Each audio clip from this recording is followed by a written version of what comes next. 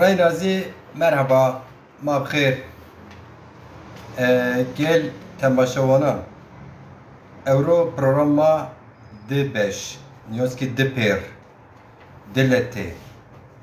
Ma devam kene.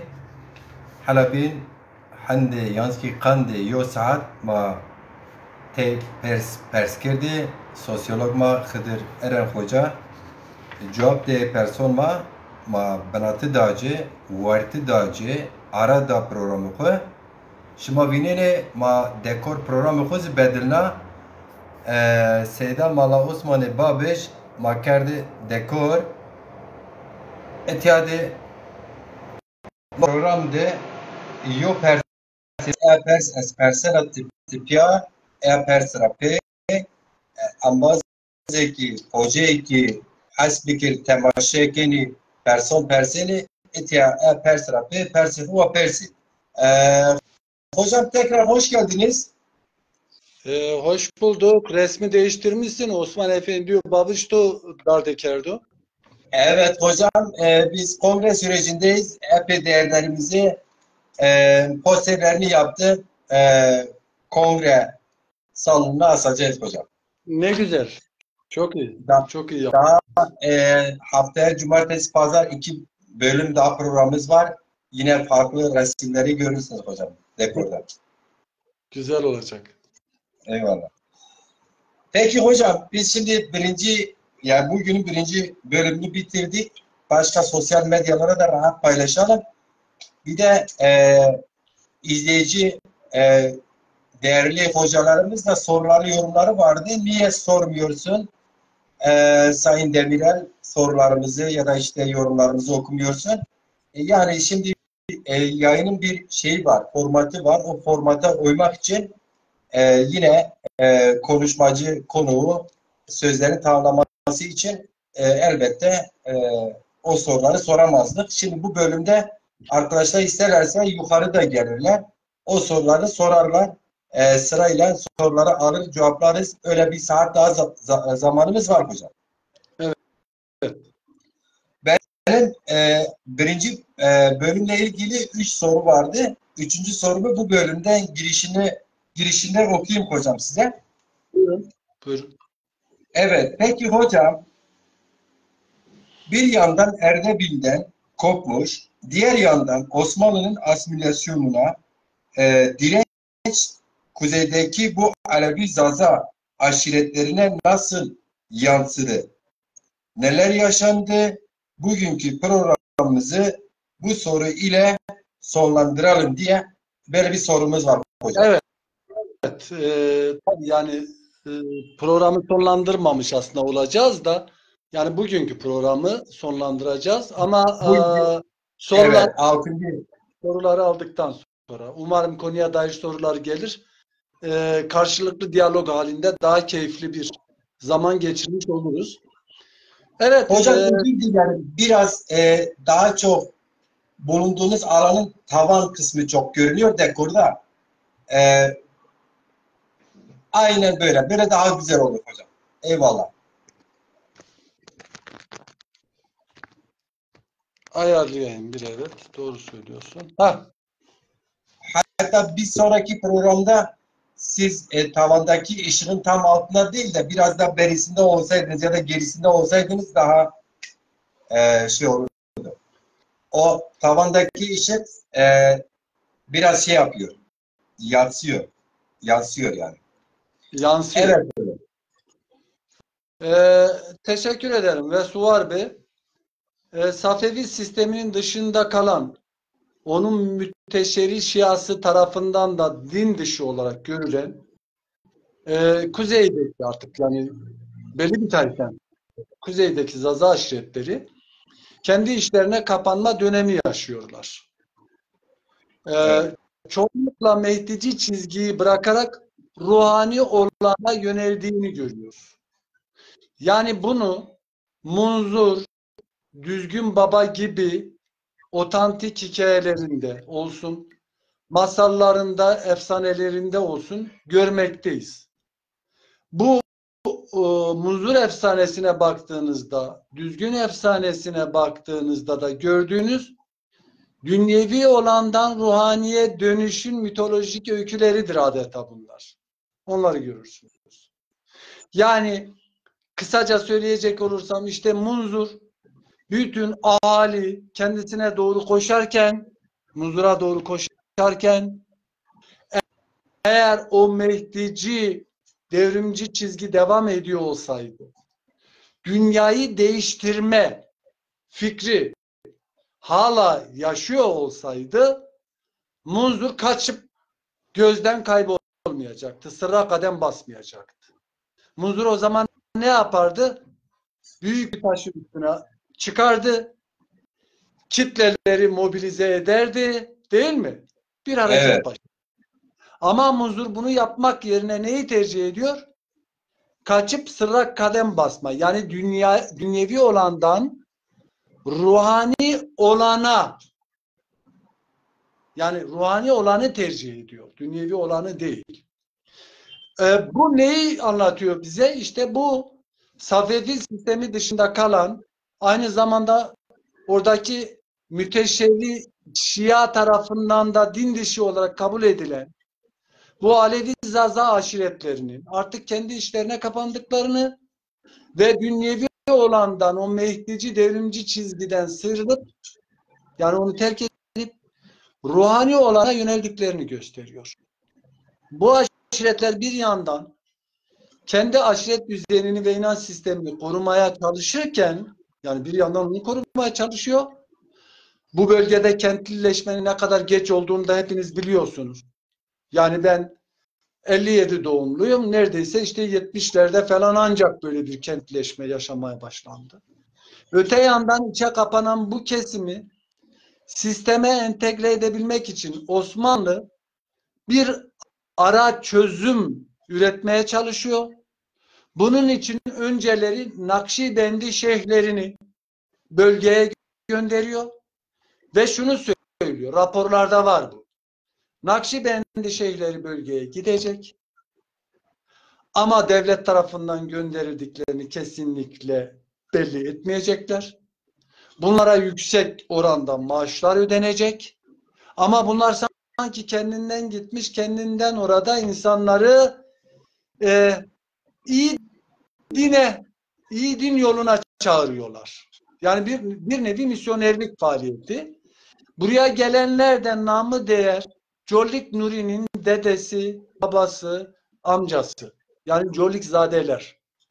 Sonradan bu ara çözüm tutmayınca da akabinde bakıyoruz ki Bektaşileri kullanıyor Osmanlı kuzeyde. Hatta onu da yine Nuri'nin şeyinden de okursunuz, anılarından. Kendi hatıratında yazar.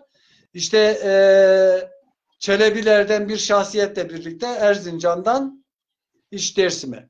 Onunla birlikte gelir. Bu Nuri Çorik dediğimiz namı değer Nuri Dersimi. Evet. Evet. Evet. Kendisi Urfalı ama Dersimli değildi. Nuri Dersimli olarak bilinir. Şimdi Osmanlı'da görev yapar. Birçok yerde malı mülkü, arsası ve değerleri olan biri. Daha sonra da Kürt siyasi hareketinin gençliğe hitaben şiirini yazar. kitabet Parti kurar. evet, Evet, evet, evet. Kitabet Mustafa Kemal'den esinlenip bir şiirde o yazar. evet. O da Kürtlerin kanında mevcut olduğunu söyler bütün kudretin. Ama nereli olduğunu gerçekten biz bilmiyoruz. Yani biz araştırmalarımızda onu tespit edemedik. Çünkü bu tip adamların nereli olduğunu kolay kolay tespit edemezsiniz. Bunların aile kökenlerine de varamazsınız. Ama Erişemezsiniz. Yani Dersimli ve Zaza değildir hocam. Bildiğim kadarıyla. Dersimli ve Zaza değil. bir yere kadar gidersiniz, oradan ötesi kilitlenir. Ya mesela kendisi şey söyler işte bir yerde Burnaklı olduğunu söylüyor. Burnak benim annemin köyü. Yani dedemin köyü. Gayet iyi biliriz biz Burnaklıları. Evet. Halbuki babası gelir Burnak'ta işte hani Nakşi şeyhleri gelip Kur'an öğretirler, okuma yazma öğretirler. Osmanlıcayı ve Kur'an-ı Kerim'i öğretirler insanlara. Burada eğittikleri, beğendikleri çocukları da alıp Yıldız'a gönderiyorlar. İstanbul Yıldız Sarayı'na. Orada onlar aşiret mekteplerine alınır, okutulur, mezun edilir. Ya vali yardımcısı ya ön yüzbaşı olarak gene bölgeye gönderilirler. Bunlar böyle bir hizmet sunuyor. İşte o da yani Colik Nuri dediğimiz Mehmet Nuri'nin babası Burnak'ta özel okul açmış. Özel okul açarken ücret karşılığı yapıyor bu işi ve orada bir tarla satın almış. Bütün ilişkisi budur. Burnak'la bütün ilişkisi budur. Yani Burnak'ta Nuri'nin babasından önce kim vardı Colikzadelerden? Kimse bir şey bilmez. Kim vardı kimse bilmez. Sadece onun gelip orada okul açtığını bilirler. Bir şeyinde de Sivas'ta olduğunu, Sivas'ta köylerin olduğunu söyler. Gidip oraya yerleştiklerini söyler. Bir başka yerde işte Kozat'ta, Azunik'te doğduğunu söyler. Ne bileyim yani o Elazığ'da öyledir. mülkleri olduğunu söyler. Batı'da daha çok mülkleri var. Batı'da Yani Türkiye. zaten şeydir yani adam e, öyküsü başkadır. Onu ayrı bir programa ayırmak lazım. Onun için onu Aynen. geçelim. Aynen hocam. İnanç ve ibadet bakımından Alevilere çok yakın olmalarına rağmen Bektaşiler 1826 yılında Yeniçeri Ocağı'nın ilgasıyla birlikte yani kaldırılmasıyla birlikte tarikat da ilga ediliyor. O tarikatın üzerine de Osmanlı gidiyor. Bektaşi tekkelerinin birçoğunu kapatıyor. Birçoğunu camiye çeviriyor. Birçoğunu hastaneye çeviriyor. Ama ne hikmetse Bektaşi sülubundan geldiğini söyleyen Çelebi ailesine dokunmuyor. Hatta onların maaşlarını ödemeye de devam ediyor. O da işin bir başka garip tarafı. İncelemelerimizde gördüğümüz şey şu: Osmanlı Devleti Alevileri Bektaşi babaları aracılığıyla evcilleştirmek istiyor. Bunu Köprülü de söyler. Fuat Köprülü yani. Melikov da söyler. Bunu Ocak da söyler. Yani bunlar bunu sıklıkla dile getirirler. Kızılbaş Sufiliğinin dini bakımdan en özgün tarafı şeriat dairesini de kendi içine almasıdır. Ortaya çıkan yeni dini toplumsal düzen kendi içinde ulema ve kadı mahkemelerinden yani bu Safevi döneminde, Safevilerle birleştiği dönemde tamamen bağımsız bir hukuk sistemi barındırıyor. Hani baktığınızda onu görüyorsunuz. Hatta bizde o daha düne kadar devam ediyordu. Yani nasıl ki orada Kızılbaş Birliği'nin mensupları aralarındaki anlaşmazlıkları Erdebil'den gönderilen sufiler tarafından yani dergahtan gönderilen atanmış halifeler tarafından kadıya ve müftiye gerek duymadan sorunlarını çözüyorlarsa benim çocukluğumda bile bizde cem töreni yapıldığında o köydeki anlaşmazlıklar çözülürdü. Çözümlenirdi. Evet. Yani kimse mahkemeye gitmezdi. Kimse savcıya, hakime gitmezdi. Yani 1970'lere kadar bu zaten devam ede geldi. Bir başka deyişle Kızılbaş Sufili mezhepler olarak standartlaşan şeriat sisteminin tamamen dışına çıkıyor. Ne dört Sünni mezhep ne de İmamiye mezhebini kabul etmiyordu. İşte bu sebepledir ki Kızılbaş dindarlığı tamamen gayri müteşerri olarak nitelendirilmektedir. Bunu Yıldırım kendi kitabında uzun uzun Alevilik diye bir kitabı vardır. Orada uzun uzun anlatır. Dahası muhtemeldir ki bu durum bugün tartışılan Alisiz Alevilik söylemlerinin de kaynağını oluşturuyor. Yani bana göre muhtemeldir ki onu da bu oluşturuyor. Hani bu dediğim gibi hem dört Sünni mezhebin dışında olması hem İmamiye'nin dışında olması Kızılbaş dindarlığının bu gayrimütecerri niteliğinden kaynaklıdır diye düşünüyorum ben. Onun için muhtemeldir ki Alisiz Alevilik de bu yüzden gündemdedir, tartışılıyor. Evet. 17.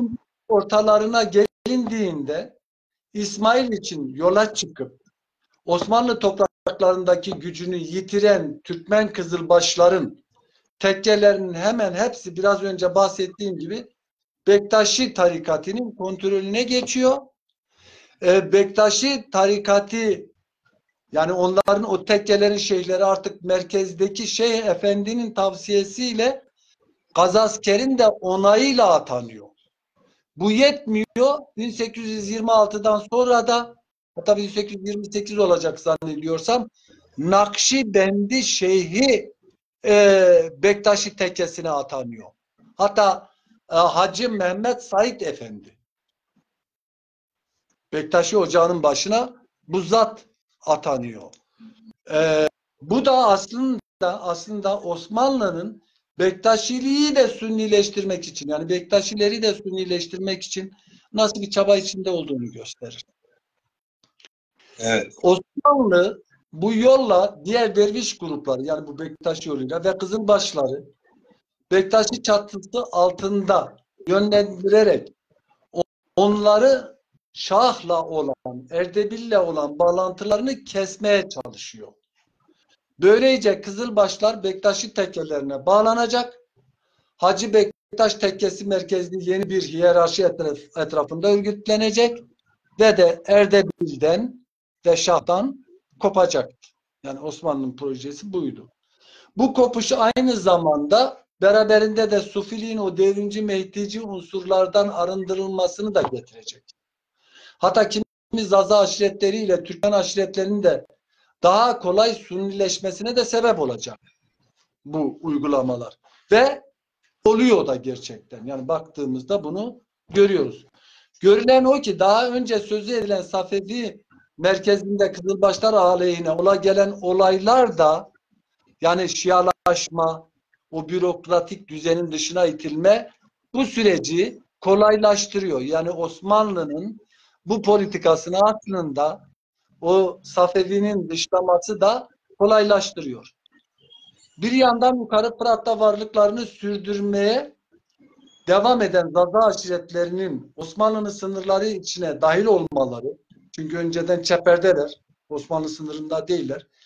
Diğer yandan merkezi ve bürokratikleşen Safevi iktidarının dışına itilmeleri onların kendi işlerine kapanmalarına sebep oluyor. Kaçtır bunu tekrar ediyorum. Bir yandan Sünni şeriat temelli Osmanlı. Diğer yandan Şii şeriat temelli, sonradan Şiileşen Safevi nizamının dışında kalan bu Zaza aşiretleri, yani bu Alevi Zaza aşiretleri kendi içinde bütüncül toplumsal dini düzen oluşturmak için bir çaba sarf ediyorlar. Onun için de artık kendi içinde ocak sistemine geçiyorlar. Yani babadan oğula geçen evliya kültü üzerine şekillenmiş tasavvuf merkezli bir dindarlık olarak kendi inançlarını devam ettirmeye çalışacaklar. Bizim bölgemizde bu hala varlığını sürdürüyor. Sizin bölgelerin o uzak kırsal kesimlerinde de izlerine rastlamak, yani bu evliya kültünün izlerine rastlamak mümkündür. Sen bir düşünsen bile o izleri bize anlatabilirsin. Yani Yok, biz yaşadık o Nakşibendi, Geylani tarikatı bizim bölgede epey etkide bulunmuş. Peki bu Nakşibendiler, Geylaniler, bunlar Geylan bu Kuzey Irak'ta bir bölgenin ismidir. Nakşibendi de orada. Bunlar köken olarak Kürttür sanırım. yani ben onların kökenini bilmem de benim bahsettiğim şey şu. Diyorum ki bu Alevi Zaza aşiretleri olsun, Alevi Türkmen aşiretleri olsun. Onlar da öyle aslında. Evet. Sunni şeriat temelli Osmanlı'dan da Şia temelli Safevi'den de uzaklaşıyorlar. Yani onların sisteminin dışına itiliyorlar. Ötekidir. İkisi içinde onlar öteki. Onların anladığı, yani o Alevi aşiretlerin hani kendi içine kapandılar dedim ya, onların anladığı ve yaşadığı Müslümanlık kent Müslümanlığı gibi şeriat merkezli bir Müslümanlık değil. Onların anladığı Müslümanlık evliya kültü üzerinde şekillenmiş olan tasavvuf merkezli bir dindarlıktır. Onu diyorum. Zaten genelde özür dilerim hocam, genelde kırsal bölgelere dinin hukuk ve cezai bölümlerini hukuk bölümü değil de cezai bölümlerini işletiyorlar. Mesela daha çok bunu işliyorlar. İşte neyin günah olduğunu, neyin cehenneme götürdüğünü, neyin cennete götürdüğü üzerinde bu konular üzerinde duruyorlar. Diğer dini bilgileri çok vermezler. Benim evliya kültüne yaptığım vurgu şu. Evliya kültü üzerinde şekillenmiş dediğim, mesela işte Munzur Baba, Düzgün Baba, Sultan Baba, Veyran Hıdır, Abacuk Abdal, Sarı Abdal, Hüseyin Kuli, Eres abi, böyle bizde yani say bitmez evliyalar. Her köyde, her mezrede bir evliya vardır. O evliya onlar için çok yücedir. Bizim buraya bir hakim gelmişti. Ben anlattım mı daha önce size bilmiyorum. Yani hatırlamıyorum. Belki anlatmışımdır. Biliyorsun Evet, Müslümanlık yani bu kent Müslümanlığı, şeriat merkezli Müslümanlığın olduğu yerlerde hakim eğer bir şahidi, bir bilirkişiyi dinleyecekse masanın üstüne Kur'an'ı koy, Kur'an'a el bastırıp yemin ettirir. Doğru mu? doğrudur. Bizim burada ne yapardı hakim? Kur'an'a bastırıp yemin ettirmezdi. Bizim burada yemini şöyle yaptırıyordu. De ki Muzur Baba beni çarpsın ki doğru söylerim. Aynen öyle. Hiçbir kimse burada kolay kolay Munzur Baba beni çarpsın diye yalandan yemin etmez. Hakim bunu biliyordu. Bunu Aynen kavramış. öyle. Çünkü Bunu kutsaldır. çözdü. İşte evliya kültüyle kastım o. İşte bu dindarlığın evliya kültü yanı sıra önemli diğer bir özelliği de Ali ve Ehl-i Beyt vurgusuna sahip olmasıdır. Safevi merkezi ile ilişkilerinin sembolik boyuta inmesiyle, hani dışlandı ya, kapalı toplum yapısının taşıyıcı dinamosu ocak sistemi ve dedelik geliyor bu topluma. Yani dedeliğe kayıyor. Eski halifelerin yetki ve otoriteleri dergâhtan aldıkları eğitime bağlıydı. Merkezden atamaya dayanıyordu. Ama dedelerin otoritesinin ana dayanağı ise atalarından devraldıkları karizmalardır. Bu da iki biçimde ortaya çıkıyor. Birincisi, Ocakzade dedeler kendilerini biz Muhammed Ali soyundanız derler. Seyit ailesiyiz biz. Biz Seyyid-i Saadet evladı Resulüz. Böyle tanımlar. İkinci önemli husus da keramet sahibi yüce bir şahsiyetin neslinden gelmeleridir. Bu ikinciye dair bizde işte Kureyş hikayesi, Baba Mansur hikayesi, Diriş Cemal'in hikayesi, Ahuçan hikayesi, bunlar her birinin keramet hikayeleri vardır. Ayrıca Düzgün ve Munzur Baba gibi hikayelerle az önce belirttim zaten bu hikayeleri. Bunlarla artık dünyevi karakterini terk edip Mehdici, devrimci çizgi yitirilmiştir. Bu özellikle bilinmeli. Yani Kuzey'i soruyorsun. Bu özellikle bilinmeli. Kuzeydeki Zaza aşiretleri az önce özetlediğim durumu kendi içine kapanıp artık Erdebil'den gelen halifeler kanalıyla değil, kendi içindeki dedeler, pirler vasıtasıyla en son 1970'li yıllara kadar tüm baskılara rağmen bir biçimde yaşadılar. Ama ne zaman ki 68 kuşağı ortaya çıktı, bu kuşak ve ardılları olan sol ve sosyalist hareketler bu sonucu dedeler, pirlerin bu etkinliği de sona erdi. Yani bu da Osmanlı bir devamı son oluyor o zaman. O tarihlerden sonra söz konusu toplumsal dini yapı tamamen kuzeyde de parçalandı. Osmanlı sınırları içerisinde kalan Kızılbaş Türkmen aşiretlerinin büyük bir kısmı Mürşid-i Kamil ile bağlarının zayıflaması, yani Osmanlı'nın da çabalarıyla zaten Hacı Bektaş tekkesine yönelmişlerdi. Bu tarihten sonra zaten büyük oranda oluşmuş olan ocakların bir kısmı kendilerinin Hacı Bektaş evlatları olduklarını ilan etmeye başladılar. Çünkü öyle bir şey dayatıldı. Pir evini yöneten Çelebi ailesini üst manevi otorite olarak kabul etmeye başladılar. Yani birçok ocak böyle yaptı. Böylece Çelebi ailesi Kızılbaş hiyerarşisi içerisinde Mürşid-i Kamil'in yerini aldı. Ve Pençe-i Ali Aba motifini öne çıkardılar. Bu Bektaşiler. Desim olarak adlandırılan kuzeydeki Zaza aşiretlerinin direnci bu yeni oluşmakta olan Halifetül Hulefa'nın onlara ve komşuları olan Türkmen aşiretlerine hükmetmesini zora sokacak, dahası çevresindeki Türkmen aşiretlerine güç ve ilham kaynağı olacaktır Dersim'deki aşiretler. Hatta bunu Tokat, Amasya, Sivas üçgeninde görüyoruz. Yani oradaki Türkmen aşiretleri diğer Türkmen aşiretleri gibi Sunniliğe ya da Hacı Bektaş dergahına entegre olmayı büyük çoğunlukla reddettiler ve mesafeli durdular. Bunun sebebi de Dersim'deki dirençtir.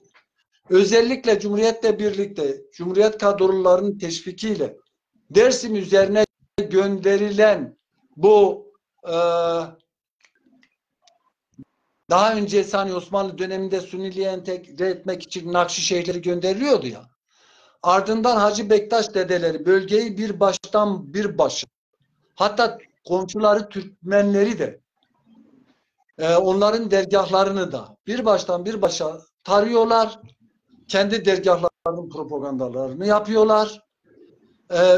Onların Erdebil'e olan manevi bağlılıklarını yok etmek amacıyla bunu yapıyorlar. Ama ne zaman ki Dersim'de gezerken yani o propagandalarını yaparken dar evliya, bizde dar evliya kültü vardır. Onun yerine Pençe-i Ali Aba'yı ikame etmeye çalışıyorlar. İşte o zaman ipin ucu kopuyor.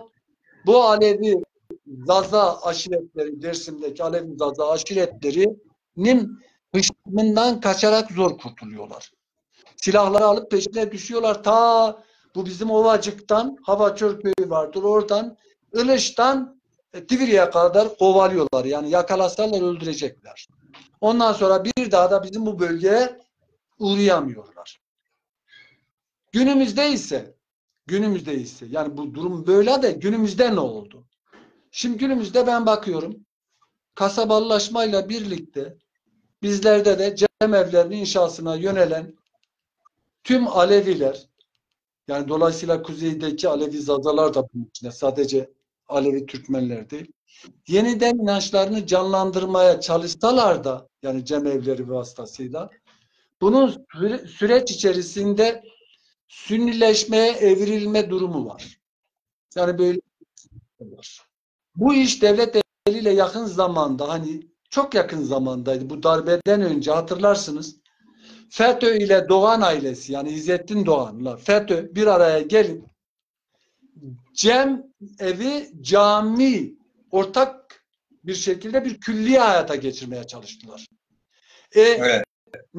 Cemevi ile cami aynı külliye içerisinde inşa edilecek. Amaç Alevileri Sünnileştirmek. Cemevlerindeki hocaların eski hocalarla hiçbir alakaları yok inan ki. Yani ben babamdan dolayı da az buçuk Osmanlıca okumayı bilirim. Benim babam da hocaydı. Buna tanık oluyoruz. Yani cemevlerindeki hocalar şimdi hepsi İmam Hatip mezunu. İmam Hatip kökenli. Cenaze ekranındaki uygulamaları hepimizin malumu. Eski uygulamalarla yeni uygulamalar çok farklı. Geçen 2 tane arkadaşın cenazesine gitmiştim. Hani hatırlarsan söylemiştim ya. Orada Evet. cenaze namazını kıldıran hocayla oturduk, konuştuk. Adam tam bir Sünni gibi konuşuyor. Hiçbir Alevi gibi konuşmuyor. Tam bir Sünni gibi konuşuyor. Sen ne anlatıyorsun dedim. Yani sen şimdi burada Alevilere Sünniliği mi öğretmeye çalışıyorsun? İslamiyet budur hocam diyor. Yani sonuç Yani oraya gidiyor. tek mezhep. Demem o ki kuzeydeki Alevi Zazalar da bu gidişle muhtemelen devletin arzu ettiği dinen meşru bir çizgiye doğru girmeye başlıyorlar. Durum onu gösteriyor. Umarım ben yanılıyorumdur. Teşekkür ederim. Öyledir. Herkes kendi köprüsünü kurmuş. Kimisi sola götürüyor, kimisi Kemalizme götürüyor, kimisi Sünniliğe götürüyor. Var olanı da dağıtıyorlar. Parçalı yapı böylece tek ilacı kimlik mücadelesi. Yok Hocam şey siz anlatırken Ali şey vardı. müsaade Özür dilerim. söyleyeyim Ali. Müsaade edersen bir şey söyleyeyim. Ben bunları anlatırken senin son soruna yani kuzeydeki Alevi aşiretlerin durumu ne oldu? Ne durumda? Onu hem tarihsel seyir içerisinde anlatmaya çalıştım hem de bugünün muhtemeldir ki evrilecek olan noktasına işaret etmeye çalıştım. Teşekkür ederim. Çok net anlaşıldı hocam. Teşekkür ederim. Şimdi sual eden arkadaşlar lütfen kamera gönderin, yukarı gelin. Sorularınızı yorumda yaptığınız gibi hazırlıklı gelin. Bu sistem çok fazla arkadaş almıyor. Bir iki kişi alıyor. Geldiğiniz zaman da sorularınızı sorun. Hocam da cevaplasın. Yarım saatlik bir zamanımız var. Sorular için yarım saat de az bir şey değil. Çünkü benim sorduğum soru 6.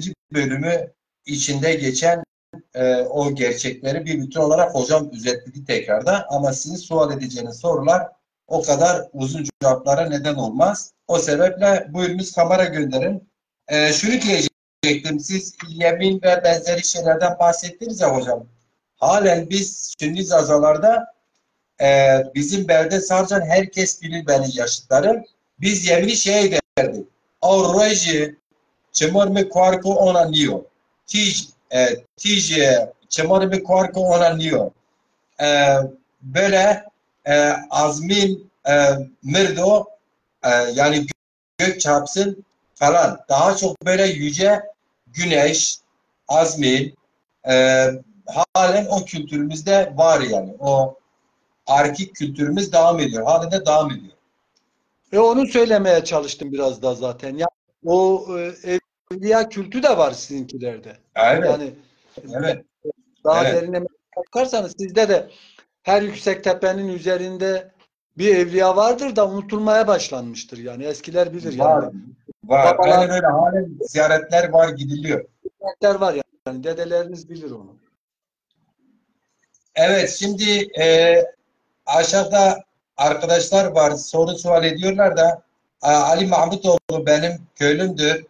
Beldelimdir daha doğrusu. Geçen hafta da Pir Sultan Abdal konusunda bir sorusu vardı. Ali Meyman'dan yine arkadaşlar Mehmet Kadiri Karakuş. Buyurunuz kamera gönderin sorularınızı kendiniz sual edin daha iyi olur. Çünkü bu sistemde yayında önceden sorduğunuz, yorum yaptığınız sorular yukarı gitmiştir bile. Ben onları geri getirme şansım yok. Bir kamera geldi. Evet, Kadir Bey geldi. Kadir Bey ekledim sizi. Siz de onaylarsanız.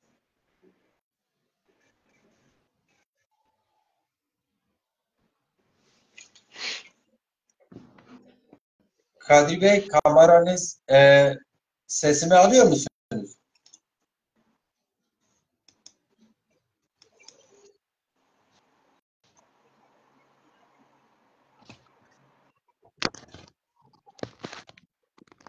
Bir ses var ama. Kadir Bey kamera bir daha gönderin. Evet Ali Mahmutoğlu برا دسا بی جوار kamera برشو بی جوار kamera بشو استو بگی جوار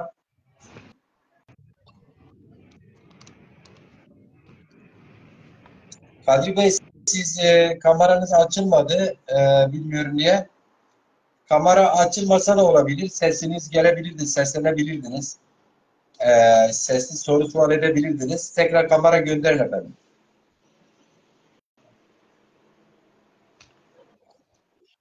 Ya soruları görüyoruz. Yani şey yapamıyorlarsa sorulara da bakabiliriz aslında. Olur hocam. Öyle yapalım. Şimdi ne görüyorum burada? Mehmet Kadri Karakuş, Munzur'un bir şahsiyet olduğu bir hakikat var mı? Varsa lütfen izah edin diyor.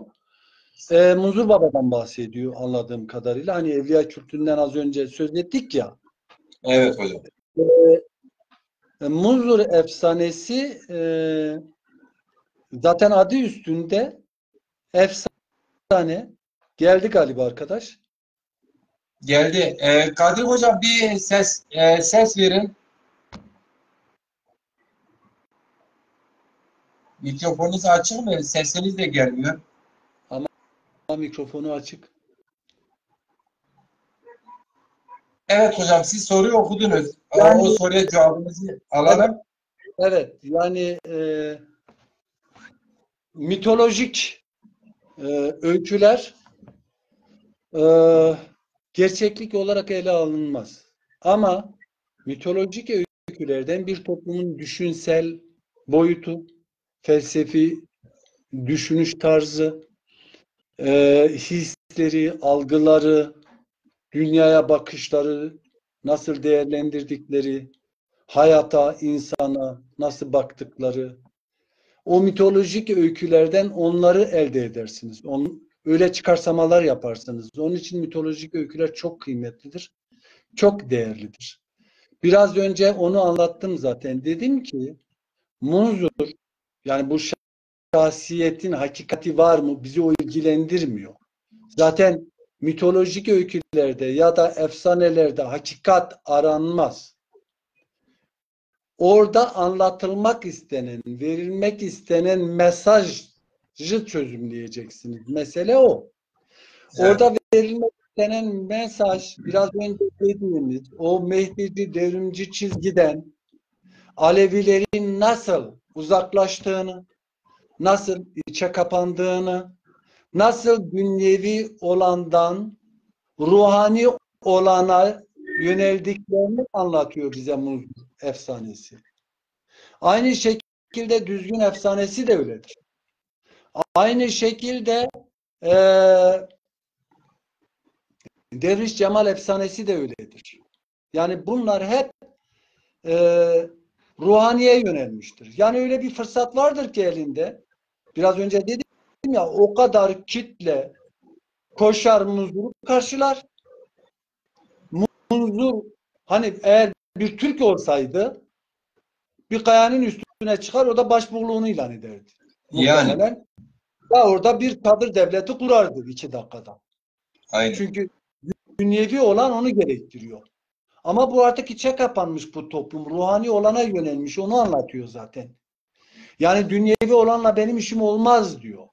Anlatabiliyor muyum? Ve koşuyor Evet. bir taş arığından sırra kadem basıp kaybolup gidiyor.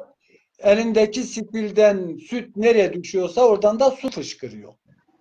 Yani dedik ya keramet kültü var aynı zamanda. Evet hocam. O soru cevabını aldı zaten siz değerlendirdiniz ama aynı hocamız şey diyor. Peki diyor Zaza mitolojik olarak da Zazalarda keçinin sembol olduğu bir bilgi var mı? Dersim Evet, halkı mitolojik olarak evet ben tam okuyamadım. Herhalde de görüyorsun değil mi hocam? halkın nezdinde. Keçinin sembol olduğu bir mitolojik olarak öyle bir öykü yok. Bence de Aa, yok. Kartal desek neyse. Kartal. ama şöylesi bir şey var. Keçi değil de yaban keçisi dediğimiz karaca ya da geyik e, kutsaldır. Evet. Eyvallah.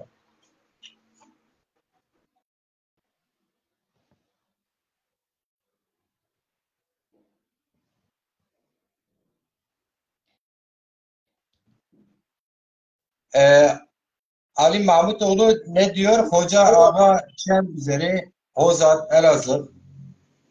Sünköy efsanesi ve Pir Sultan.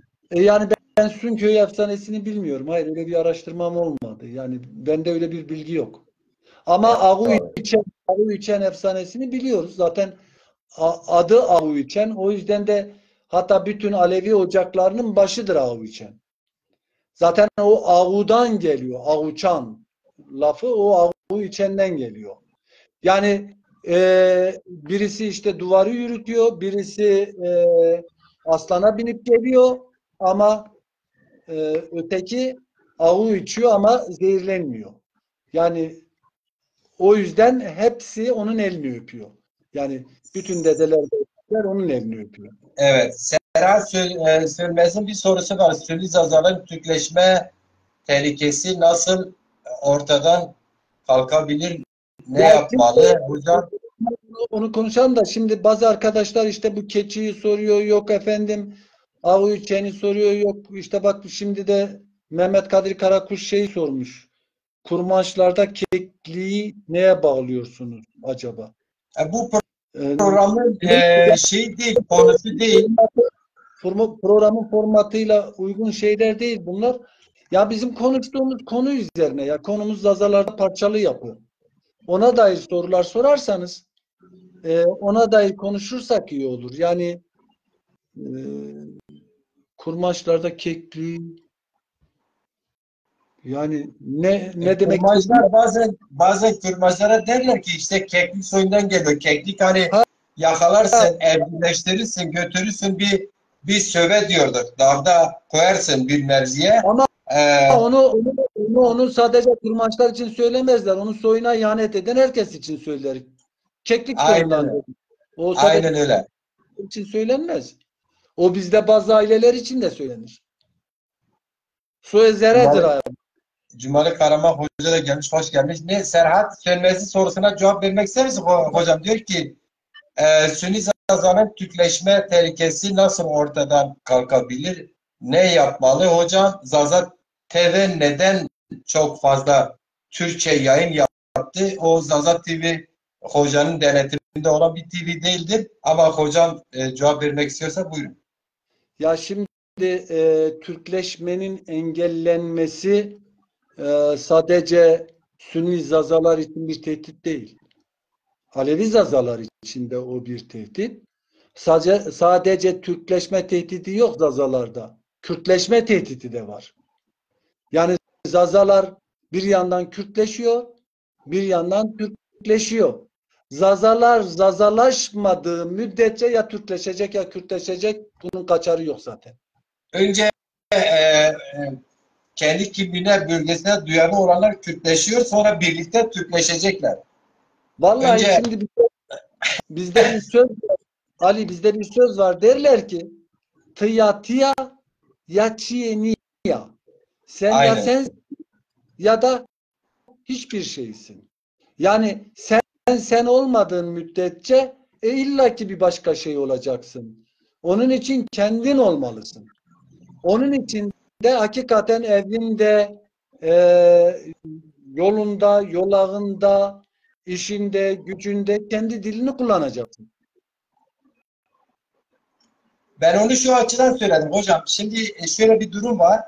Gerçekten bölgede gerek 38, 25, 37 yine Koçgiri oralarını yaşayan Zazalar bir kısmı erken sol ve Kürt hareketlerine sonuçta devlete tepkilidir. Ben de dahil öyle.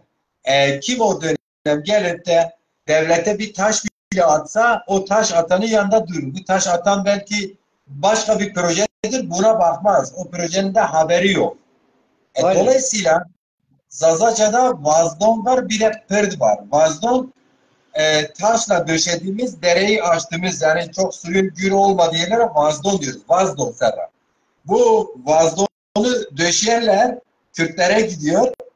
Oradan da devlet köprü yapmış. Oradan da Türkleşmeye geliyorlar birlikte. Çünkü Zazalar bugün Kürtlerin Kürdistan dedikleri güneyde yaşamıyor. Rojava dediklerinde de yaşamıyorlar. Yine Rojava dediklerinde de yaşamıyorlar.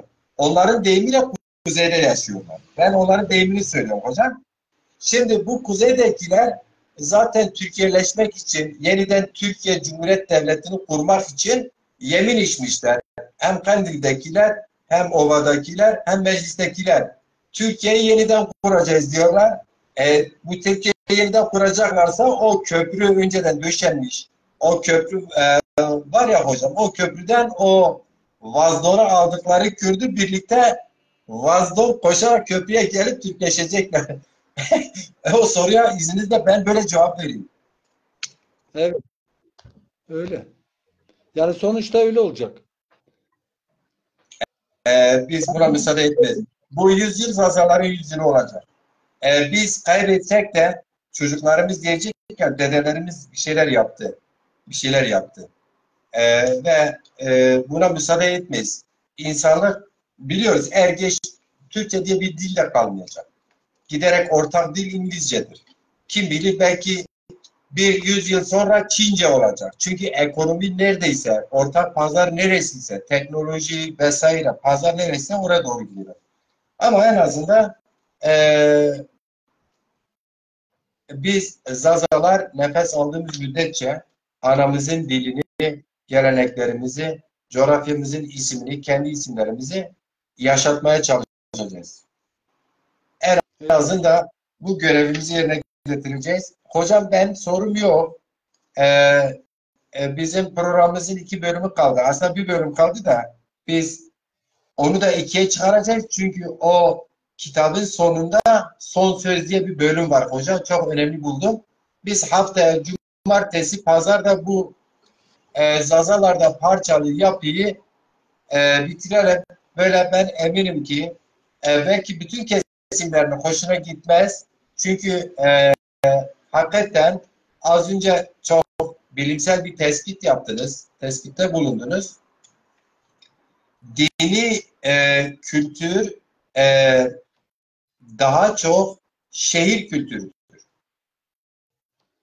Bu bir gerçektir. Dolayısıyla kırsalda kalanlar dinin sadece cezai ve lehte yani ödüllendirme kısmıyla üzerinde dini tanımlıyorlar.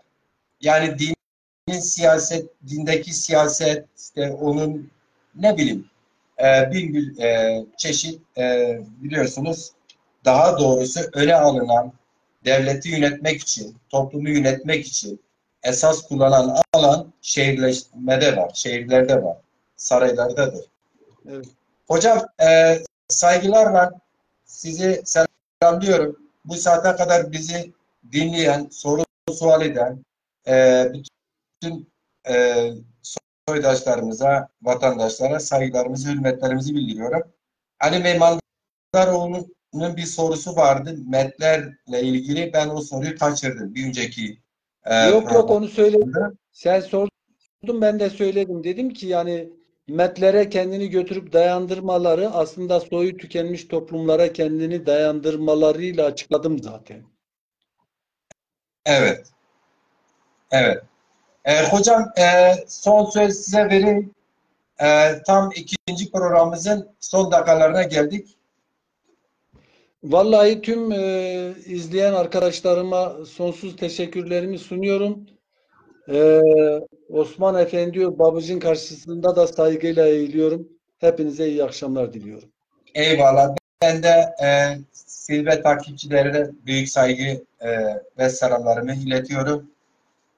Kalın sağlıcakla. Şöyle içime veşmo, her vakit veşmo, her dem o her vakit inşallah bir bu vakti ma ana seser inşallah bir bu seser mazazon.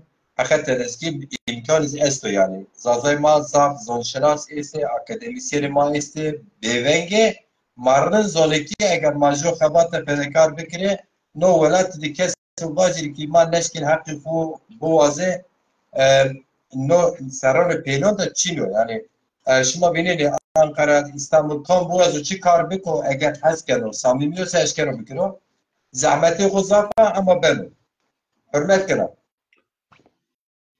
Hatır esma, san esma hayır. sarı masker bu hürmet